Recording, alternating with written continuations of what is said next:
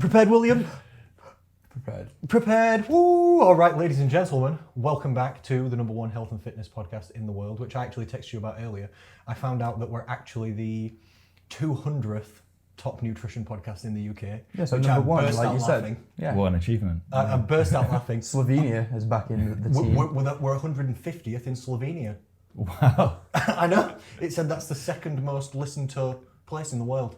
After the UK, it's Slovenia. Shout out to our Slovenian listeners, and Portugal was third. I was like, all right then. So we've gone global and worldwide essentially, Dave. That's what's happened. That's awesome. That's what's going on. Overnight stardom. Famous. That's what's going on. I burst out laughing at the 200th most famous nutrition podcast, half because I thought that's shit. The other half of me thought that's not bad. Well, what's the reference point to this? I don't know. How out of what, 201? Because how many people have got a podcast now? Everybody. Well, us fuckers, that's for sure. I actually don't know how many nutrition podcasts. I didn't look up how many nutrition podcasts there are total. Ignorance is bliss, Connor. You don't need to know these number things. 200. So it might be that there's only 200. Yeah. So I don't know. It could be. Or it might be that there's 10,000. But you are right. You'd think there'd be more than 200 in the world. I think so. And we've only been going a couple of months. So probably billions of people on the internet, would you say? Yeah, how many podcasts is the total now or something? More than, there's millions, isn't there? Way more than 1 million. Yeah, it's gone into the multiple million. You'd think there'd be more than 200 nutrition ones. That people listen to in the UK. I would think so. Yeah. I would hope so. So we must be up there somewhere. We're building. The takeover has begun. We're already global. We've gone worldwide, William. We haven't done much good information yet, so that's nice. We've got a lot in the tank. I think I've done 42 episodes. You've done decent, yeah. It's when you get me on, we just waffle. That's why I bring you. For waffling. You're the professional Waffles waffler. are nice. We've brought a waffle guest. Waffling his way into stardom and Slim Society show. It's back once again for the second time in a row to us here on the podcast, but for the first time to the listeners, because we recorded a News of the Week with David Pearson. Can we get a round of applause, please? The crowd goes wild. Thank you. Ladies and gentlemen. Big crowds. Yeah, we had a good one last week, didn't we? I enjoyed it. Yeah. I enjoyed it. It was like it's like that song by Tenacious D. This is not the greatest podcast in the world. This is a tribute. This is a tribute. The greatest podcast in the world was last week. And it was sick. And you'll just have to take our word for it that it was that good. I'm just checking once again that the microphones are on. I'd say subscribe now because of how good last week was. Yeah, last week. You don't need to know about how good it was. So this won't be the greatest podcast in the world. This will be it's a tribute to last week. This is a tribute to last week's. Yeah. Greatest podcast in the world. Absolutely, because it turned out that on the recording, for whatever reason, only Dave's microphone was turned on.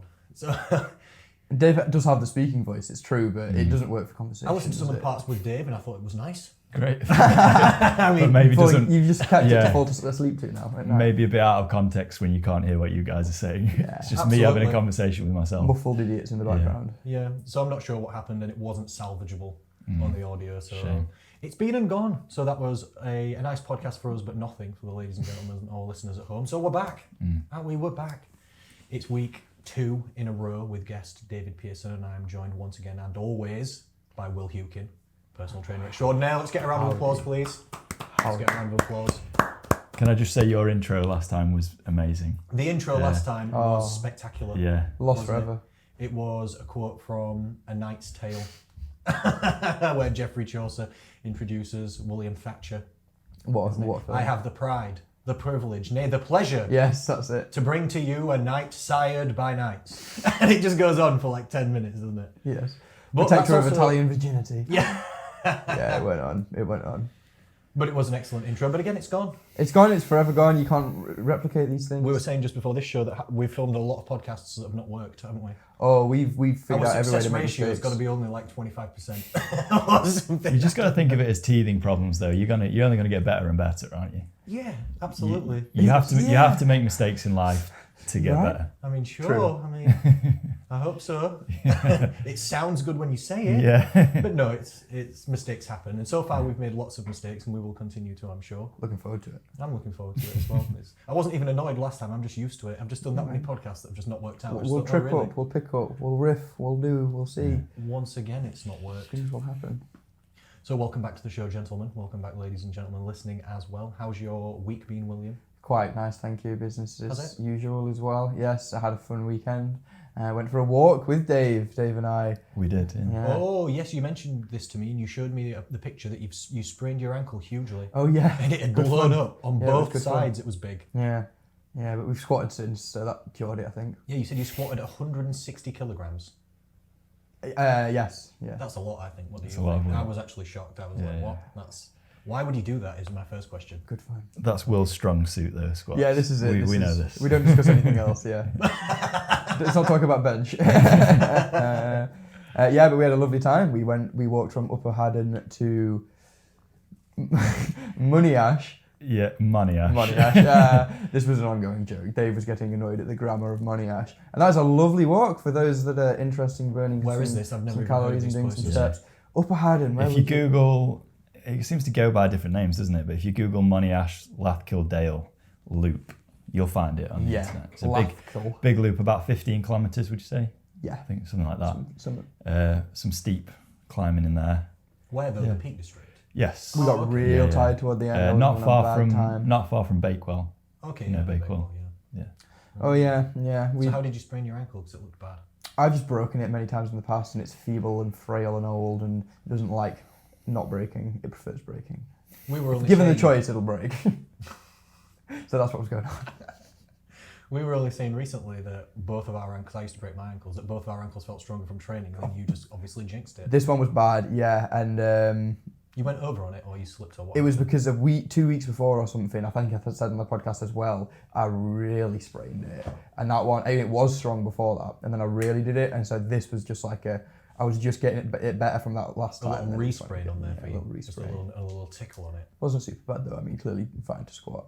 It was super bad, it looked absolutely huge. It had gone to twice its normal size. That's what he was most concerned about, though. It wasn't that he sprained his ankle. It's like, I'm not going to be able to squat tomorrow.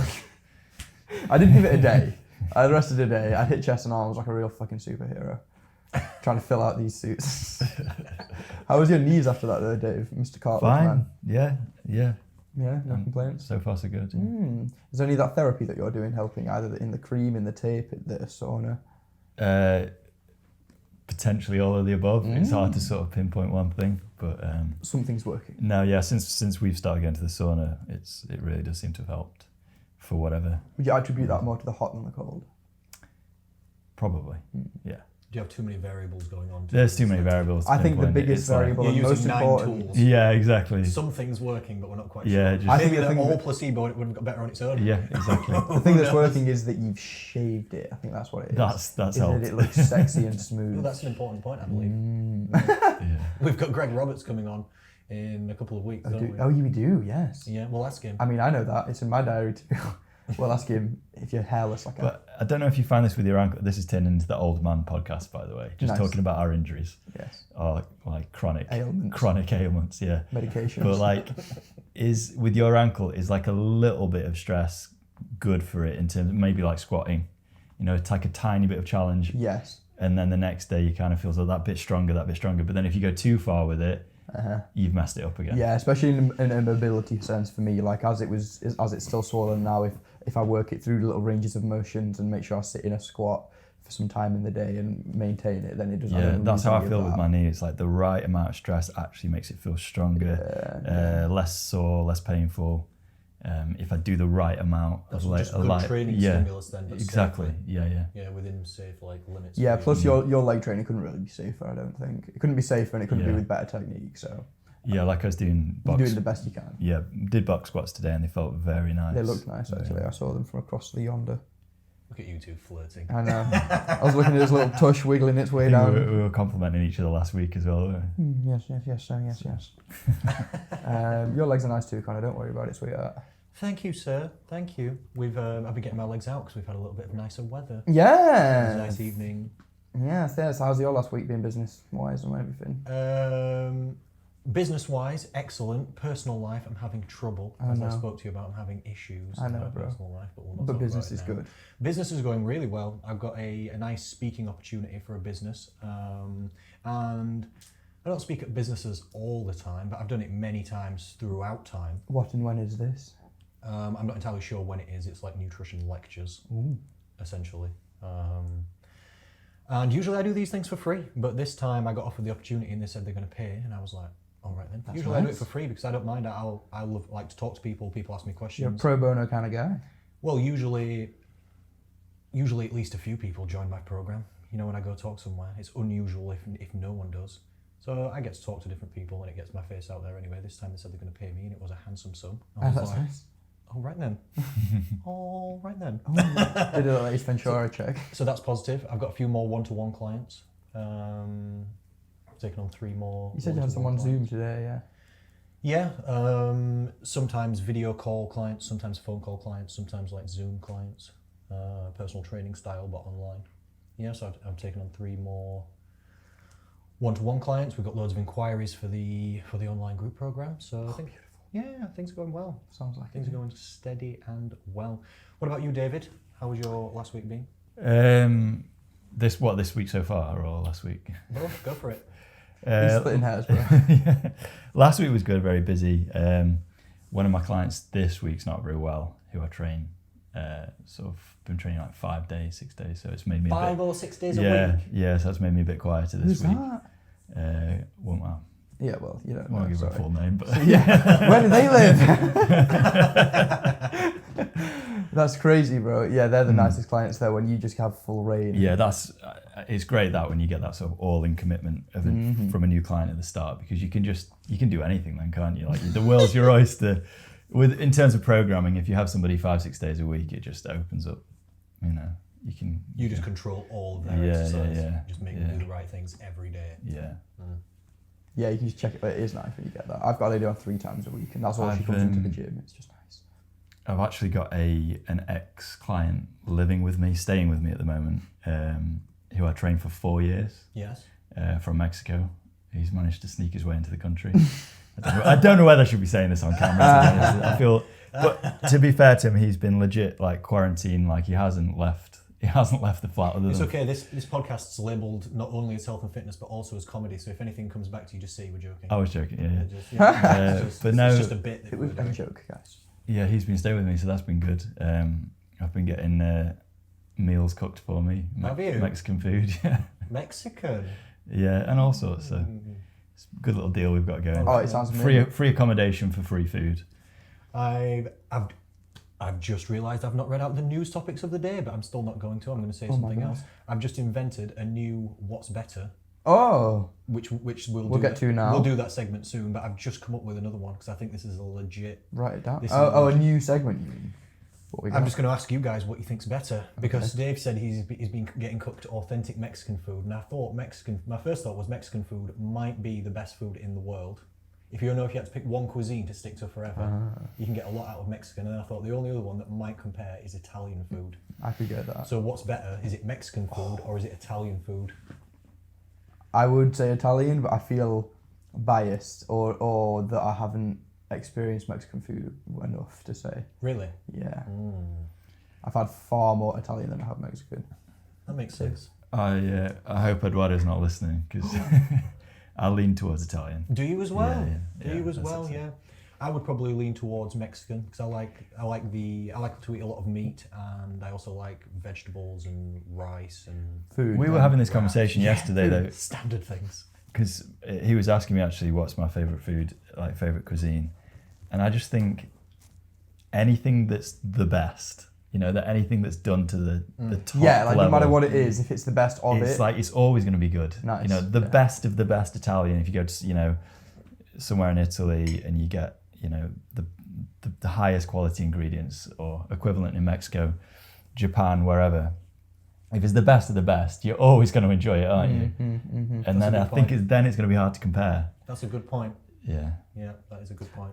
That is true. I would say as well though that maybe the reason that like you angle towards what you do, like why I might have had more Italian, is because I know in my head to some extent that I do just prefer that. Do you know what I mean? So maybe that's There's something about the simplicity of Italian food. Yeah. Like most of the meals don't have many ingredients. I'm not a big spice But it's all guy about either. like just doing it well. Yeah, I'm not big on spice. No, you're not. No. See that? I think you've got to say Italian then surely. 'Cause Yeah, that's a lot like of a softer palate. Well, Italian's only got one flavour and it's tomato. it's brilliant. I love tomato. They just go mad for a tomato, don't they? See, so I sometimes make my own like tomato and basil like sauce to dip chips in. Of and course shit. you do. They're the king of And the that's- tomato, aren't they? There's nothing they can't do. They'll Something I'm tomato gonna do anything, today. an Italian person. Yeah. It's crazy. One thing that I found out about this, which is completely random and off topic, but until Columbus went to the Americas, Italians had never even knew what a tomato was at that point. And what were they doing? Nothing. Exactly. Apparently, having no cuisine. I thought they What only else do just they have? And semi-recently. didn't they steal pasta from Asia? Oh, I From, have no idea. I don't know think the they stole history of pasta. They were like noodle but flat. Yeah, pasta and noodles are the same thing, but noodles have got egg added, or is that wrong? There are egg noodles. I don't know that all noodles. Yeah, not are egg. all noodles. Well, are you can egg. get rice noodles and stuff, but that's a different thing. You can get many types of noodles. So what's the difference between a noodle and a pasta singular? I feel out of my depth here. This Yeah. someone's doing this if they're holding. Saying mamma mia. Yeah. That makes it pasta. How makes it If you pasta? put tomato with it, it's pasta. Pasta. If you put If you put fish with it, then it's noodle. it's definitely noodles. Definitely noodles. Because then we're going Oriental. Now we're going Oriental. Going across east more. Yeah, that sounds about right. Shall I read out the news topics of the day? Yes, of please, which sir. probably we'll get to none/1 or 2 of these, as we often do. But there's loads of news for the week, of course there is, because it's health and fitness in the entire world. Article from The Guardian. This one was submitted actually by Dave. Thank you. The Dave. first Thought you might guest be ever on interested News in of the that. Week and brought his own article. He brought as many articles as you, the co-host. Yeah, that sounds about right. I'm a shit co-host. Exactly. You're not a shit co-host. I'm a really bad. I think what I found You're just not interesting. very good at doing your homework. That's the But one. You never have been in life, so it's okay. That's also I don't true. expect you to do Yeah, it. we didn't do school. The reason I sent you that one, what I found interesting is it's The Guardian. Yeah. It's not like some weird blog. It's not some blog that says do this one tip to, it's like The Guardian newspaper. They felt that it was important to report on this. This has been reported everywhere. If you Google it, it's in all big sort of news articles. And Right. I think more crazy than The Guardian talked about it is that it says scientists invented it. Yeah. And I'm like, what are we talking about? Sorry. And what we are talking about is new weight loss tool prevents mouth from opening more than 2 millimeters. Fucking what? You need to be a scientist to come up with that. Yeah, no. That's Just bolt them out. hilarious. Just bolt your mouth shut. Yeah, Just making me joke. that's so funny. I'll read it out now, and I'll show you the picture in a second. Well, if ladies and gentlemen at home listening want to see any of the articles that we're talking about, I always put the links, if possible, in the description. So go click it. I think it's called Dental Slim, as one word. Diet Control. That's what it's called. Which uses magnets, has been linked to likened, not linked. That's my terrible reading comprehension skills. Has been likened to medieval torture device. A weight loss tool invented by scientists to tackle obesity uses magnets to stop people opening their mouths wide enough to eat solid food. What are we talking about? Sorry. That's fucking What is stupid. this? This is one of the How most much did you ridiculous say things. as well? 2 inches? 2 millimeters. 2 millimeter. So you 2 can basically get a millimeters. straw in your mouth, right? Not even. But this is going to hamper other things in your life, because if I try and talk without opening Yeah. my mouth, it sounds like this. So people have been saying, what's wrong with you? And you're like, oh, I'm dieting. This is ridiculous. Yeah. There's so many impracticalities there. It's endless. It's just ridiculous. It's harsher than when I've seen people, I've got a few friends using that is it called Invisalign? I had Invisalign. Is it the thing, well, tell me if I'm getting the right thing, but something that you put behind your teeth and it slowly straightens your teeth? Yeah, it goes over your whole. It's kind of like retainers that you'd wear at night, Sure. like clip-in retainers. It's that, but you just wear them all the time. Yeah, and that seemed harsh, because every time they wanted to eat anything or drink anything, You they have had to take take them it out. out and it looked Yeah. painful. And get bullied. You can only leave them in for drinking water. That's it. So they are, yeah. You kind of get used to it. I mean, I don't think that's as bad as not being able to open your This mouth. is what I'm saying. It's Like you this can is a more talk, advanced version. you can speak and like breathe heavy with them. Let me just see if I can find the actual picture. No, I can't. Never mind, because I've lost the link. But never mind. That's just crazy, isn't it? It's like something that like clips onto the back of your teeth. And then Yeah, I'm it's trying to quite figure out magnets. how magnets would work and do that and where they are. I think it said it used both magnets and a bolt or something. I don't know. Basically, Iron it just Giant clips your style, mouth shut like, I don't know. Homer You're Simpson like style. some kind of dog when he with gets a his muzzle. I've got a teeth question. wide shut. Do you if think want. they give you like a sort of work? Do you think they give you a way to unlatch it if you need to say something important to somebody? Emergency stop. Emergency stop it. And if so, Emergency release. what would stop you from just going, oh, right, fancy a pizza. And just like, Oh, right. and just unlocking Imagine it. if you're claustrophobic and you get stuck with it shut and you feel like you really need to open your mouth for some reason because you Yeah. get scared and you just Yeah. can't because there's no release mechanism. And if you, like you said, if there is a release mechanism, then that's, I don't know, that ruins the idea of it. Yeah. I think- If there's any This way is a to- terrible idea. So we're in anyway. circles and we know it's a bad idea. This has been proved now. This is a terrible idea. We know this, yeah. Ventriloquist shit needs to chill. Yeah, on all accounts, including ventriloquist. Ventriloquist shit. diet, that's what it could be. Yeah. That's a good None one. of that, including the guys that do the puppets. Anyway, thank you for submitting that article. You're 'cause welcome. That's just some absolutely That's ridiculous hilarious, bullshit, isn't it? One of the things about any of these methods, if you try and use them, is that they don't last forever. You learn nothing, you change nothing that's correct or healthy habit change, and then eventually when you take the clamp off of your mouth, which it's presumed that you will, unless you just live with your like this for what's happening? Oh no, I'm just dieting. Yeah, I didn't even think about the actual. When you take it off, you just Like, that everything goes means back you're to having normal. nothing but a liquid diet. And for how long is this diet supposed to That's last? a good question. That's ridiculous. Yeah, it's not a good move. Not a good move. It's a poor move overall. Healthline article. What is dirty fasting? All you need to know. I'd never heard of this until this week. I haven't I'll say heard of that. And if that's usually a warning sign to me. If something flags up in nutrition and I've not heard of it, that's usually a bad sign. This is a new trend. We all know Literally. trends are what you're looking for in fitness. Why not do you always consistency. move the footstool by its horn? Because Just it's what rub that everybody- off me, Will. Oh, you were using it. No, I wasn't. We've said this every I was going to ask, but I didn't want to interrupt the podcast. I'll Now go it's with the whole the thing, half and I feel cross-legged. bad now. So I should. I'll. Okay. Just be respectful when moving the bison. If you pull his horn off, then you owe me a new bison. So That just seems fair, go steady. but the horn seems structurally sound as well. I pull it by the horn, but it's my bison. I'm allowed to pull my own Uh, horn, William. Not me. No, What kind of friendship is this? not you. Oh right. Well. No, not Well, he's relieved my lower back pain, so I'm happy. you. All right. It's allowed. Science Alert article. Scientists have found a sneaky way of getting kids to eat more vegetables. The Independent article. Subway's tuna sandwiches contain no tuna DNA. Lab I study saw concludes. this. Have you seen this? Yes. I've heard this. Hilarious. Yeah. What isn't it? Hilarious. It's a good question. Maybe we'll find out on News of the Week.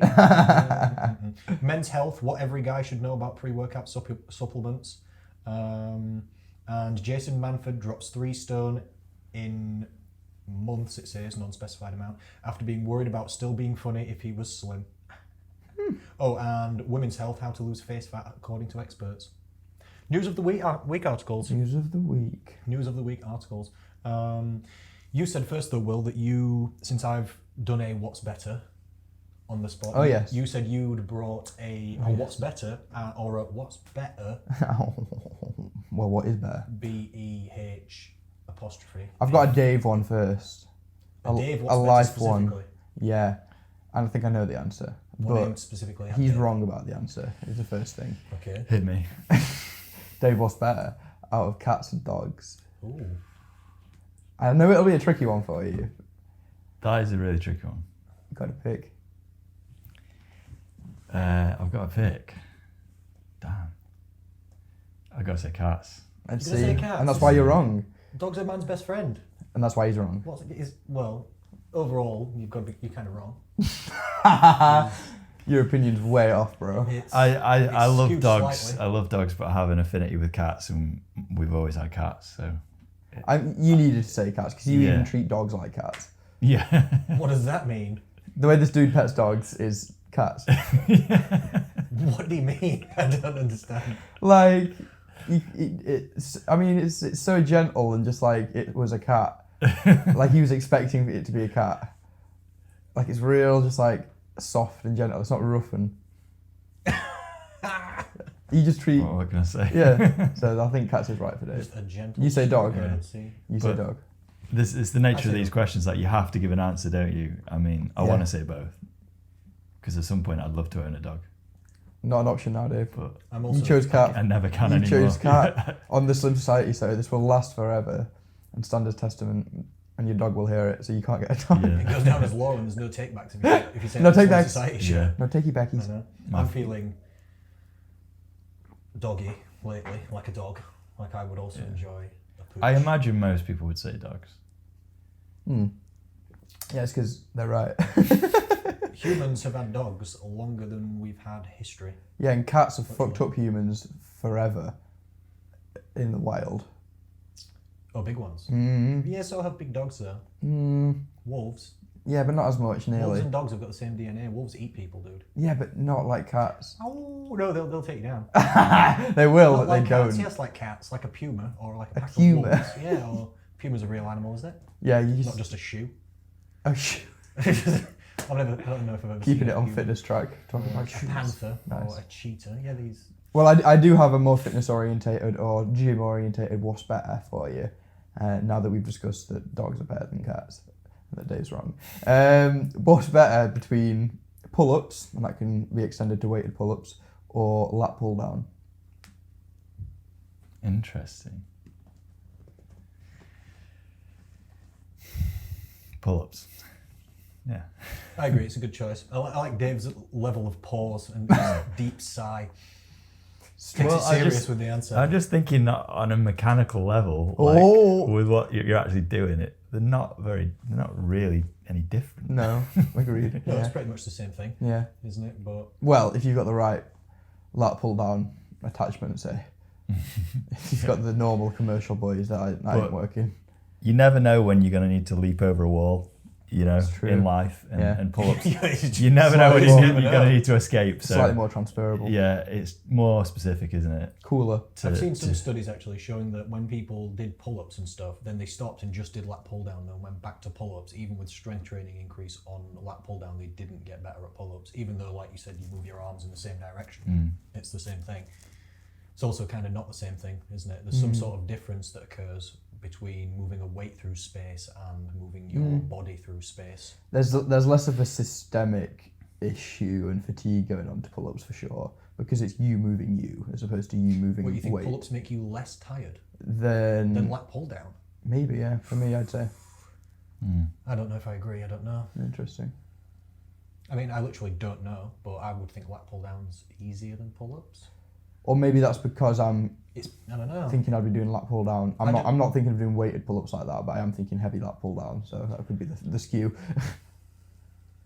Do you not think there's a bit of core engagement on a good form pull-up that you wouldn't need on a lat pull-down because you're anchored into the thing? 1%. Yeah. So therefore, it's more fatiguing. He's got me. 1% more 1% fatiguing. of core, yeah, a tiny bit of core, is it? You might have to brace your abs a little bit to keep your legs in a specific position. Yeah. Tiny bit, yeah. A little bit of isometric leg action. Tiny Yeah, are you More on the fatiguing. squeeze the glute game when you're doing pull-ups? No, not really. You've talked to me about that. I kind of just, I'm literally like a pencil. I just sort of have my legs straight and just Your little one punch man physique flying up go and up down. and down. Yeah, Yes. that's nice for you. I don't really do anything with my legs particularly. We know that. Like, never trains them. Stop it, William. Stop it. Picking on me now. You called yourself out, I don't want to tell you. I think between the lat pull down and the pull up, they've both got opposite limitations. Where lat pull downs might be better for a beginner because not everybody can do pull ups, like especially ladies when they're starting out. So pull ups like too hard for some people. Where lat pull downs got the opposite limitation, where it gets too easy for some people. Yeah. Like because I can do like 15 or 20 pull ups, using the lat pull down for like strength training is quite difficult because I can dangle off the bar the amount of weight that I need, so I can't actually get into the machine, and it's kind of awkward. So it's got the opposite limitations, hasn't it? Yeah, true. Interesting. Do you never get anyone to try and like push it down for you? I've done that before, but now no. Now I just do other back exercises first, and I just put lat pull downs in last when I'm already tired. I do like a super wide grip, just to like. Why do you grip the wider you are?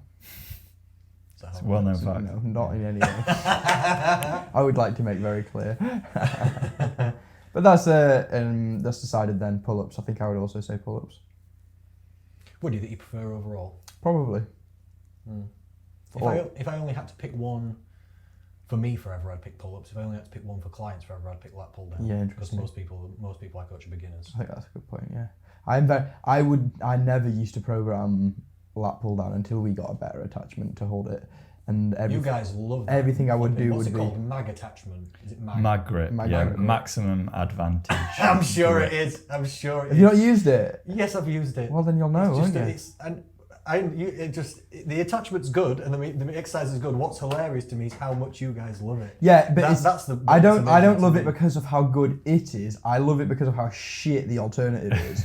Why? It's so crap. Standard lat pull down. It's fine. With the what? Motorbike handles. Yeah, with the motorbike handle. Oh, because the rubber rotates on the It's just a grip. forearm exercise. Well, maybe it's. I know I don't really use my fingers much when I hold bars. I put it in my hand and use like the flesh of here to like mainly hold it. Oh, that's so I do it interesting. really far into my palm. Like you can always. That's where all my calluses are. Like not in my fingers. They're like here.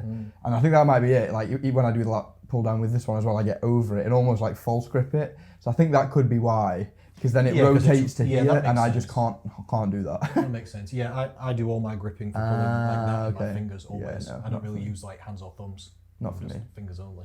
That makes sense then. Yeah. I need to like rev it. I need to get a good torque to it. So this mag grip handle that you guys love, it's essentially a medium grip pull down, isn't it? Like the lat pull down's a wide one, and then there's the close grip, and it's like a medium. Yeah, it is with a slight angle to the hand, so It's like a hammer grip you're pull in down of some more of kind. what they call scapular plane, where because your shoulder blades adhere to the back of your rib cage, they're kind of on that angle on your rib cage. So in theory, it should be more comfortable on people's like shoulders, and your shoulder blades should I would agree with that. glide better Yeah. than they would if you're doing this. And Yeah, that does make sense. That does make perfect sense. So if you, I imagine my instinct would be like, if you had somebody whose shoulder clicked slightly on a traditional lat pull down, and then you put them on the mag grip where their elbows are tucked in slightly, Yeah. that could potentially fix it. I would agree. It's the exact same but opposite thing of where if somebody's got shoulder pain or trouble doing this, so like a normal overhead press, sometimes if you bit give of a them a tuck, close grip yeah. one, Yeah. sometimes that's an easier position for the shoulder to be in. So it's the same thing but the opposite way down, isn't it? Is that one solved then? What's better or not? I don't think so. I don't think it's got an answer really. No, still not a definitive. It's definitely orientated around What about the thought. move of the week then? What about the exercise Oh, move the of the move week? of the week Last this time we week. had split squats, so I feel like we should just do shout out split squats. We all went on We for should- about 20 I would minutes also about like it. We to raved split about squats. split squats About for how a it good goddamn 15, great. 20 minutes. I did exercise demonstrations. Yeah. Oh, you did, and I was really so I really was sold it. enthusiastic. You know what? Let's briefly touch on split squats. Hey, we're going straight back into it. Yeah. It's one of the best exercises of all time. We agree. We'll briefly touch It on would be a shame to completely miss out on it. It would, wouldn't it? And appropriately, I did them yesterday, and my ass hurts a lot. All right, what we could do then, just for interest and to keep it quick, is you give 2 good points about Okay. split squat, I'll do 2, and then you go 2, and you're going to go last. So Oh wow. they're not allowed to be the same. Thanks, I reckon, guys. either, 'cause Cheers. there's more than Yeah, 6 there's so good many things. though. Yeah. There's more than 6 good things about it, so pressure's on go. David. It's the split squat round table. Who's up there? Am I up first? Yeah, you're up first. 2 good things. Why do you like it so much? I like it because it's a very easy exercise to load heavy onto, and to, if you know what you're doing, it is actually quite easy to learn if you know what the right things are. And then it's so easy to lift heavy on it, and because of that, it's just one of the best glute builders out there. I'd say would be point number 1. Yeah. And secondly, it's a unilateral exercise. So it trains one leg at a time. Yeah. Yeah. One of the things we need to try and remember is to give real life explanations of the Yes. words that we use, Yes. because we got True, yeah. we got some feedback from the podcast, and one piece of feedback said, Trains your bum. yeah, so one piece of feedback, 'cause I told Will about this, said, loved the podcast, but I didn't know what a glute was. Right, yeah. You know, so we've got to try and remember, some people listening, we need to also use the basic language, like unilateral, one side at a time. So it trains one leg at a time. That is good, because nearly everybody's got one leg stronger than the other, Yeah. don't they? So it evens that out. Yeah. Or they might, have better balance on one leg than the other. Even if it's not stronger, just they feel more confident standing on one leg than the other. Yeah. I like it to agree with your points. And then number 3 would be easy for beginners sometimes, versus like a normal squat, because you don't require as much like flexibility and mobility to do it. I think we discussed that last Very time. true, yeah. And another one could be good for core and balance. That could be another one. Dave? I don't know if this is kind of crossing over with your point a little bit, but yeah, I think arguably more accommodating than traditional squats, Yeah. in the sense that if you are, missing a bit of I'm going to start using complicated words again, dorsiflexion. If you're missing some flexibility in your ankle, either this way or side to side, I think that the split squats can accommodate that a bit better than you can with squats. Just to the point that you can then use it as a tool to lift heavy. Yeah. Whereas squats, you'd be limited by the technique. Yeah. Yeah. Yeah. And secondly, I think balance, if have we covered that? I said core and balance, but you can take balance. It's important Yeah. You twice. can cross over to my point. You're welcome on this bench. Yeah. Cross over to my side. I see, when I start teaching it to clients, like I see improvement very, very quickly. I don't know about you guys, Yeah. but like you think they might try it for the first time and they're literally falling over. Yeah. And you're thinking, oh, should I have given them this? And like 2 or 3 sessions later, it's like they've always done them. If you knock it on the head Yeah. pretty soon as well, like don't drive it home in one session. Like let them get a feel for it. Wait until they've done like one set where they didn't just fall off and they got through 10 reps, and then call it. Yeah. Come back next week and go through that same setup again, and then the first set will look like that last set, and then they'll do like 2 decent ones where it's like better technique as well. Call it, and then the next week will be grand. Usually. So whatever that deficit is in people, whether it's where they feel uncomfortable stood on one leg or predominantly on one leg, whether that's like core stability or hip stability or ankle stability, it just makes sense to kind of get rid of that deficit for people. It's got to carry over to some other stuff. Increase your normal. If you then if you then in a few weeks' time, if you then move them onto another single leg exercise like reverse lunges or walking lunges or something, those I can guarantee those split squats will have carried over to some degree to that other single leg exercise. And do you know what I mean when I say sometimes you'll see someone doing an exercise and they're like, "Is that good technique?" And you're like, "Yeah."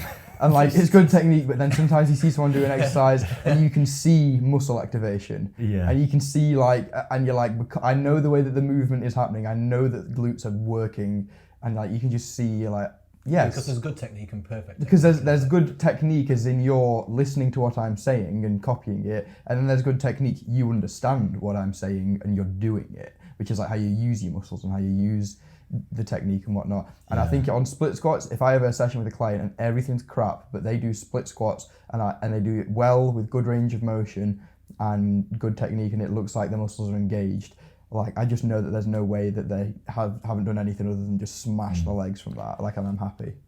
I'll throw one more point in then, if that's all right. Yes, please. Similar to bench press, there's an objective end point which you don't get with squats. What do you mean by objective end point? As in their knee touches the floor, pretty much. Do you know what I mean? Like you could use that as If you tell like them bar to. touching the chest on bench press. It's like if the bar didn't touch your chest, you didn't do Only if you tell didn't do a them to. rep. Yeah. You didn't do a rep. Yeah, interesting. But with squats, unless like you sort of require ass to grass squats, which most people don't have the requisite mobility to do, then it is a bit more subjective with squats. Like because people can't see what they're doing. They can't see that they're hitting parallel, or they can't see that they're getting slightly, So unless you're very experienced, i.e. Will, with squats, Or Dave, your or your depth might be kind of inconsistent. That makes sense. Whereas it wouldn't be with split squats. Yeah, I always say actually that certain metrics you can use for progressive overload as like constant variables, like a range of motion to an overhead press, to a pull up, to a push up, your chest touching the floor, all these kind of little things, the bar touching you. But at a certain point, you've progressed enough that you can use almost like proprioception as a metric of constant variability. And what I mean by that is like you can use the way that you feel your body. You're so good at like knowing where it is in space and time. That's what proprioception is. That say like a bent over row that you couldn't record where the angle of your hips are, but you know it's consistent every week. And you know that it's not changing and you're not getting better at the exercise because you're cheating the technique or something.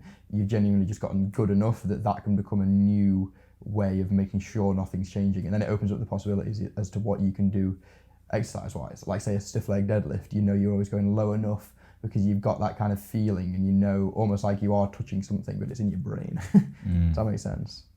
Yeah, I guess we're fun point where you can do that kind of thing as well. Yeah. No, I think a lot easier to teach than something like a stiff leg deadlift. Yeah, that takes a minute. Yeah, for sure. You really need that. I see that sometimes with getting people to do RDLs. It's sort of like, yes, you are doing it right, but is everything firing in the same way that it would be firing if I did them or you did them at the right points? Yeah. Do you know what I mean? So hard to teach people how to use their muscles as opposed to just do the exercise. Yeah.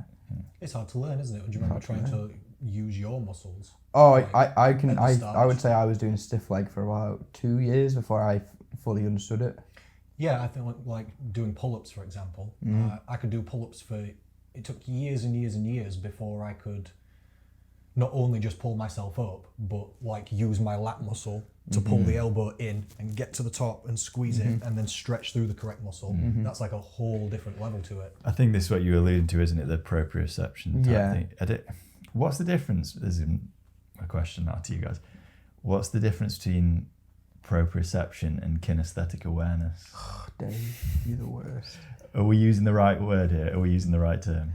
Proprioception is your ability to know where you are in space and Proprioception is time. something that they talk about with like relative to- feet and running and things like that, isn't it? So like because sometimes I'll get clients to like take their shoes off if they're especially if they've got like spongy like running trainers on with a big spongy heel and they're struggling to balance on a split squat. I'll say like, do you want to try taking your shoes off for better proprioception? Yes, Because you feel the cold floor under your foot, and then if your toe starts to peel off or your heels, you'll feel it straight away. And there's no wiggle room for that with sinking. There's no blurred lines. It's a hard floor. Yeah, and then those cues like you've talked about before, like gripping the floor with your foot and stuff like that. Exactly, yeah. You can see that they're doing that.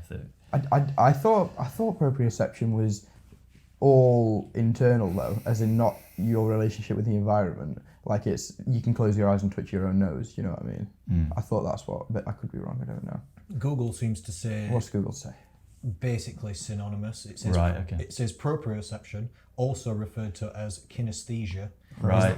is the sense of self-movement and body position. It is sometimes described as the sixth sense. Yeah. So it says is the sense of self-movement and body position. So it's you understanding where your own body is and how it's moving. In space. Sort of thing. And kinesthetic awareness is the same thing because kinesthesia is All right, movement, so we can isn't it? use them Awareness. interchangeably, perhaps. If you Google kinesthetic awareness, it comes up at the top without opening any website saying kinesthetic awareness is the ability to tune into your inner wisdom and connect to your mind and body. We're getting zen now. All right, We're getting spiritual. So kinesthetic awareness is some woo-woo bullshit. Woo-woo bullshit. That's what it is. Not really, that's just what That's the perfect. website That's says. It seems to be the same thing though on all of the websites. Yeah. They're both just movement awareness but different terms for it. But that's definitely part of it. Not that just that, say, with your pull-ups, you've gotten stronger and that you now you can do more pull-ups and it's easier, so you can spend the time to squeeze and stuff. But just because you've got more muscle, there is more to understand and there's more to feel. You can feel it more. Yeah. bigger There's muscles. literally more to think about. Like anybody can do a bench press. You just lay down and you just push it up. But, Yeah. But to use your actual chest muscles, you can't. It's difficult to do it right until you can do like a pec bounce, until you can actually Yes. flex your chest muscles and then push through the correct muscles. I don't think anyone, There's and I years know, difference in that. The muscles have to get to a certain size. because I know with like strength level of deadlifts or control. something, people would say like push the floor away from you. I would never understand until like there was enough weight on the bar that I could sink my weight against it, and I think that's part of it as well. And it's something that I always end up having to teach people on, like say bent over row or stiff leg or goblet squats early. When they say have got like 10s or something, I'm like, this is good technique, but you see how far in front of you your hands are, and this is with 10 kilos, and your body weight is more than that, so you can handle that. But if these were 20s you were holding now, or 30s and doing the same thing, it's going to be making you fall forward. So it's getting those things in early, I think, and making sure, and then you progress with the right stuff. I've just remembered as well that we had a question from a listener and I didn't exactly know the answer, and I've saved this question for about 3 days to ask to you guys. I've got a client, she's training to bench press 60 kilograms because she's 60 years old. I think I know this lady. So it's Anita Grant. Yes. Hi, Anita. You've done a cool. personal training session with her Yeah, before? she's cool. Yep, she's trying to bench 60 kilos. Last week she did 45 for 15. Nice. So legit. So it's not like an impossible goal for her at all. No, not at all. It's getting close. She used a 1 rep max calculator, and it said very close or something to being able to 59 kg or something. Yeah, Like yeah. what? Very close, something like that. Then she asked me, how accurate are the 1 rep max calculators? Like, how much can you trust it? And I thought, I don't really know, but I know some people who might. Huh? So my experience, I've played around with them, and my experience is, for me, they have been pretty accurate. But it always says, you get a disclaimer on the apps, if you go over 10 reps with what you've quoted you've done, it says it's now inaccurate. It's now not as accurate. Interesting. So when she's put 15 in the 1 rep max, like I'll show you on mine, it'll probably say this may not be accurate. So they tend to be more accurate when you're sort of 10 reps and below. So if you give it like your 5 rep max, for example, that should be pretty, its prediction of your 1 rep max from there should be pretty accurate. That is. But if you're trying to predict it from 15 reps, maybe not. Okay.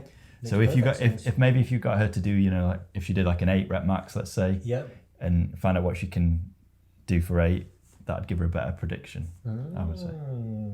That's nice. Yeah, any additions or? No, exactly the same. Perfect answer. I said the further away you get from doing something for 1 rep, the more and more variables there could be for failure, like just some other fatigue of another muscle that isn't the actual muscle you're trying to. Well, because you're not testing strength as much. The further away you get, it becomes from, less and less specific, doesn't it? Because you're almost doing like endurance. Like exactly. 15 reps is almost and also, endurance. if you're doing something 20 times, there's nothing to say that your cardio, your balance, your supporting muscles aren't going to be the first things to give out, as opposed to the muscles that you're trying to train, or the technicality to the movement. Your brain could just get bored and decide to stop and whatnot. And then also the carryover more psychologically, like it's not a heavy load. If you can do something 15 times, that's not going to feel heavy on you. But versus a 1 rep max, you're not going to be appropriated to heavy weight, having not really tested some of that. So there could be some less physiological things at play as well.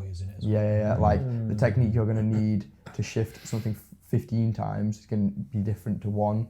It needs less power. You don't need as much tension through the body. You don't need to brace as much. So there are different factors to play. Yeah, like I don't know about you, but let's say you were going for a heavy set of 5 on bench press. You know, that's something that was very close to your limits. Like you weren't sure if you were going to be able to get 5. Yeah. You might sort of have that reset at the top of each rep where you get a big breath into your lungs. You do a rep, get a new breath, do a rep, and you can afford to have those pauses in between because it's only 5 reps. If you're trying to bang a set of 15 out, you can't afford to have those long pauses in between the reps because you'll just burn out. You'll literally just burn out, and you need to sort of bang the set out quite quickly if you were doing a really high reps. For me anyway, the way I breathe on a set of 10 is kind of different to how I would do it on a set of 5. Yeah. I would also say, specific to Anita, that it'd be more of a reliable example for her because her technique's nice and it is pretty consistent, and I've seen her do like a high rep set and it's still pretty powerliftery technique, so there aren't quite as many things at play there. So I think it could be individual, but yeah, I think by and large the calculators are pretty legit. Dave, yeah, here, so this is I think the most popular one on Android. I've gone up to 13 reps and it's said, warning, calculation accuracy drops drastically when calculating above 12 reps. For best accuracy, use lower reps. Warning, your gains are in danger. Yeah. That's a good tip, then. Thank you. Yeah. So. Thanks for watching, Anita. Appreciate it. Yeah, that's a good tip. What do you think then? Do you want to do some news of the week? Can do, man. Let's do it. All right, let's do it. Yes, please. Give me something fun. We've already been through one, so we've spoke about the Dental Slim Diet Control, which uses magnets as a medieval torture device to keep your mouth shut. Absolutely ridiculous. That's a terrible idea. So do either of you guys know what dirty fasting is? No, man. Can I guess what it is? Please. You also have to guess now. All This right, is a great idea in game. I assume it's normal fasting, except you break your fast with whatever crap you want. It's a good guess. So you're thinking dirty foods, but also fasting. Yeah. Quote unquote dirty foods, not like food with mud on. I would have guessed something similar, but for the sake of being inventive, dirty fasting, let's just say it's like nothing but, it's like a low carb diet, nothing but fats, and fasting as well. It's like fasting throughout the day and high fat. That makes sense. High fat fasting. I also thought that might be something similar to you, Dave. I thought it might be like fasting but with junk food sort of thing, but it's not. Okay. Accordingly, it's not. Dirty fasting is a term used to describe consuming some calories during a fasting window. Right. That's So what it not says. fasting. So not fasting. Yeah, so just not fasting. Fake fasting. Yeah. It's the fake fasting diet. What? Back to the article. This differs from traditional fasting or clean fasting, it's calling it. Fasting. I've never heard that in my life. These are not That's because real it's called terms. fasting. These are not real terms. And what they're doing is eating. I'll start again. This differs from traditional fasting or clean fasting, which restricts all foods and calorie-containing beverages, like during the fasting window. People who practice dirty fasting will typically consume up to 100 calories during their fasting window. All right then. This may include some milk and sweetener in their coffee or a cup of bone broth, it literally says in the article. A very hipster health thing to do there, a very Ben Greenfield thing to do. Again, there's no set definition of dirty fasting. That's because it's not a real thing. Yes. That's a little quote by me inserted there. So some people may consume many more calories during a dirty fast, while others may consume Christ. fewer. So there is no rules then. 'Cause It's not you were real. talking about It can't 100 be rules calories. if it's not real. Yeah. If it's all bullshit, So you don't consume over 100 calories except when you do. Except when you're fasting, when you're also this is what we're saying. On the other hand, people who practice traditional methods of fasting or clean fasting don't consume any calories during the fasting windows.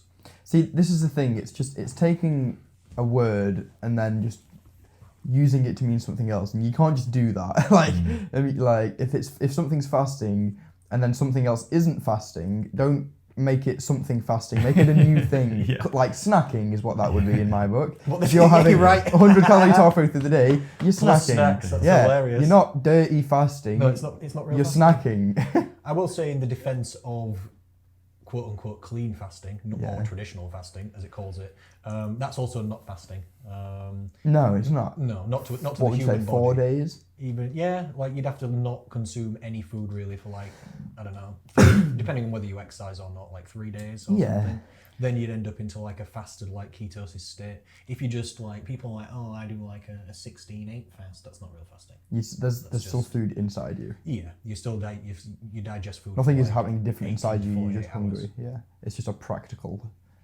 Yeah, you might not be putting food into you, but that doesn't mean you don't have food. You're not technically in a fasted state, so they're just called fasting diets. I love these things. So I've just remembered I've heard of something like this dirty fasting before. I've heard of fasting mimicking diets. Have you ever heard I of was going to mention that. Yeah. Yeah, that also means fake fasting. It's like fasting, but it's also not. Remind me again, how is it supposed to mimic fasting? I can't exactly remember because I only remember things Is it that because are real. you... I'm Googling it now. that's a good thing. That's a good idea. I'm Googling it now. Don't only remember things that are real. Oh, it's another Healthline article. Here we go. Thank you, Healthline. Oh, Having so all the good. answers we don't need. Fasting mimicking is a recent fasting trend that restricts calories for a set period of time. Okay. Of 30 minutes. Fasting mimicking diet is a high-fat, low-calorie, intermittent fasting method. All right. It doesn't actually say. I suppose it's is it difficult. like no carbs and It's difficult to seem describe think things that are not real, isn't it? So it's, What's a ghost look like, Connor? This is what we're trying to do. We're ghost chasing here. it's all feelings and no facts. All feelings, isn't no it? facts. On Healthline. So here we go. That's how we're doing I it. can't find out without reading. I've got a question for you guys. Would either of you guys ever do the 4 or 5 day fast thing? And if so, why? If I had serious gut problems, Okay. maybe. Because it can be like, in some instances, if you're having gut issues of certain kinds, it can be a good idea to just like really let your stomach settle down for a while. Mm. But apart from that, no, not unless I have like a medical reason to. If it came hand in hand with some kind of like meditative type Buddhist thing, then I'd Yeah, maybe you were that. telling me yesterday that you want to go to one of these silent meditation retreats. Yeah. I would like to try that. I think I'd suffer. Yeah. But I You're would. supposed to. But like as yeah, part yeah, of a that's greater the thing, idea, you wouldn't just isn't do it? it knocking about working and that. Like it'd be part of something, wouldn't it? You've got to think that you've been a naughty boy or something. You've got to really want to punish yourself to go sit in a. I want to sit in a box for a week. And Yeah, not you talk to keep saying anyone. this box though, bro. I've got a picture of this house. It's nice. It's green. It's got Where do you think you're going? To this place where no one speaks. this farm that people don't come back from. You can do them. I've looked them up. Yeah, exactly. They I've run looked them them all. up. They run them all over the UK. Yeah, yeah. I told you this. Just because he's like got endearing eyes and a beard doesn't mean you can listen to him and not me. You also have endearing eyes and a beard. Oh, I have a beard now. I don't differentiate. Puberty! Or, yeah, I would class that as a beard, would you not? Wicked. No, not yet, but What do you class it as? scruff. You've upgraded your shit over the last couple of years. Yeah, My shit. he's become You swore earlier. So. 15% more Spanish. I've swore a lot. It's More true. Spanish. Yeah, it's like Spanish. Spanish-style facial hair. Because you've got like not much on the sides, but like really like strong in this area. It's like a Okay. European facial hairstyle. Interesting. Yeah. Yeah, it's like Learn Spanish, Will, and then just try Yeah, to Easy business. if he had just plain brown hair and he was a bit more tan, he could be Spanish. A lot more Imagine tan. him with like a rapier sword and like one of those long Yeah, thin yeah, swords. yeah. You could see him, couldn't I you? think my brother looks quite Spanish. He looks like D'Artagnan. Yeah, he does, he That's does, what I'm yeah, saying. yeah. It's in his genetics. You've got some yeah. kind of like Yeah, 10% interesting. Spanish vibe going on. And it's a good Are thing. we on another news of the week topic that Yeah, isn't so my beard? let's move on. But I'll just say for people who are fasting or stuff like this, intermittent fasting itself is a good diet. Do you agree or not? yeah. Yeah, and you? Yes. Yeah, so some of my members and clients use intermittent fasting, also known as skipping breakfast, basically, isn't it? Doesn't have to be complicated. The amount of hours you fast makes no difference because it's not real fasting, it's just the name. Whether you eat 100 calories in the middle of the fasting window or not makes no difference to anything. Yes. Literally, it makes no I difference to mean, anything. maybe Do you not think there are some practical Sorry. effects. Do you not think time restricted eating is a better name for it, with it not being fasting? It's a more technically accurate name. I don't think it's a better name. Yeah. Because I just think it sounds, I don't know, time restrict. And if it's got restriction in the name, that has negative Yeah, it connotations doesn't to sell it, does it? No, so I think It's literal, yeah. It's a better. It might be a more correct name, but whether it's a better name, I'm not sure. But technically, it would be time restricted eating, I guess, wouldn't it? And it's not about how many hours you fast or anything like this, or that just if you only eat for like 6 hours in a day, you can just stuff your face and then you'll just get slim. So that's not how it works. It's just calorie reduction overall. So whether you have 100 calories or whatever it's saying in the middle of it or not, it makes no difference. It makes no difference. And all that stuff about like cell regeneration and autophagy and all this kind of stuff and cell renewal is not proven in humans. That's only animal studies because it's not real fasting. Anyway, moving on. Moving on. Science Alert article, scientists have found a sneaky way of getting kids to eat more vegetables. Why are scientists saying sneaky? You're right, because it's not sneaky at all. What's sneaky is when your mum... Why puts, is what scientists sneaking around doing shit to kids? Just sign What's aloud. happening in this article? Fuck. sneaky vegetables is when your mum puts the peas like in the mashed potato. That's sneaky business. Or, you know, like... Spinach in the spaghetti bolognese. Yeah. Just wilt it down. That's sneaky veg. I sneaky veg myself. What about a Constantly. sneaky micro scientist that throws veg onto the plate from the side? That's basically what this article is describing. Sneaky micro scientist. Well, I'll read to you. We'll discuss the sneak. I'll run through said sneak. Yeah, please, bro, because Okay. I'm a bit attached to it, I think. Researchers have come up with a new way of getting kids to follow a healthy diet. Do you know what the sneak tactic is to getting kids to eat more vegetables? Go on. Putting more vegetables on their plate. Oh, wow.